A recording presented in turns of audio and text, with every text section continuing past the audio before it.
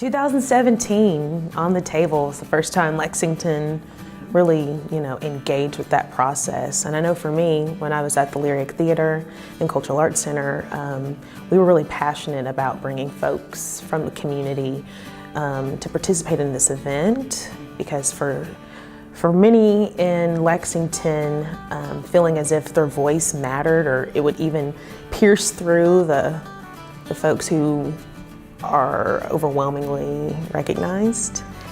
And On the Table really allowed us to put everything on the table. Yeah, well, and it gave such an easy feedback mechanism too. I mean, that's the power of that model, I think.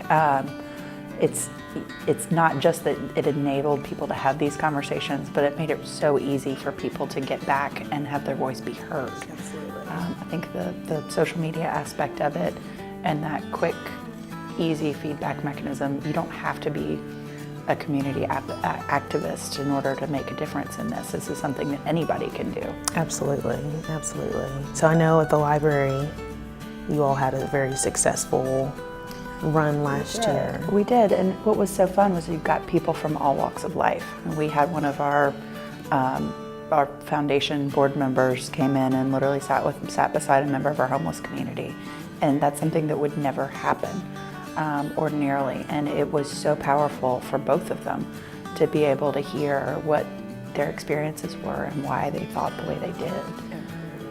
And I thought you all did such a tremendous job at the Fate Alliance, being able to use what you were hearing to support your mission. As an advocacy firm, like seeing folks respond at the earlier part of the year and just keeping that momentum going, so that was really powerful. And it was because people put everything on the table. Exactly. Well, and from a public side of things, the library certainly from one side of things, but even more so for City Hall, to be able to hear exactly what it is that people want. Ordinarily we're relying on what people volunteer, and that frequently is just the people with the loudest voices. So it's so important to hear what the vast majority of people want and need out of their public resources, as well as their philanthropic organizations. And understanding that even though we did this last year, things have changed even in a year. Immensely. So I'm curious and excited to see what folks will put on the table this year, and kind of just leave it out there and seeing the progression of what happened from last year. And hopefully that energy can just continue to be infused in our community. Well, I think it will. I think last year we had a big barrier to overcome where people didn't know the model. They didn't understand. It was hard to explain. Well, 11,000 people got it last year, and we can only build from there. I think it'd be great if we can hit 20,000 this year, maybe even more than that. It's a great way, especially right now, we're hearing a lot about people feeling disconnected from the government and the political scene, and nobody's talking to each other.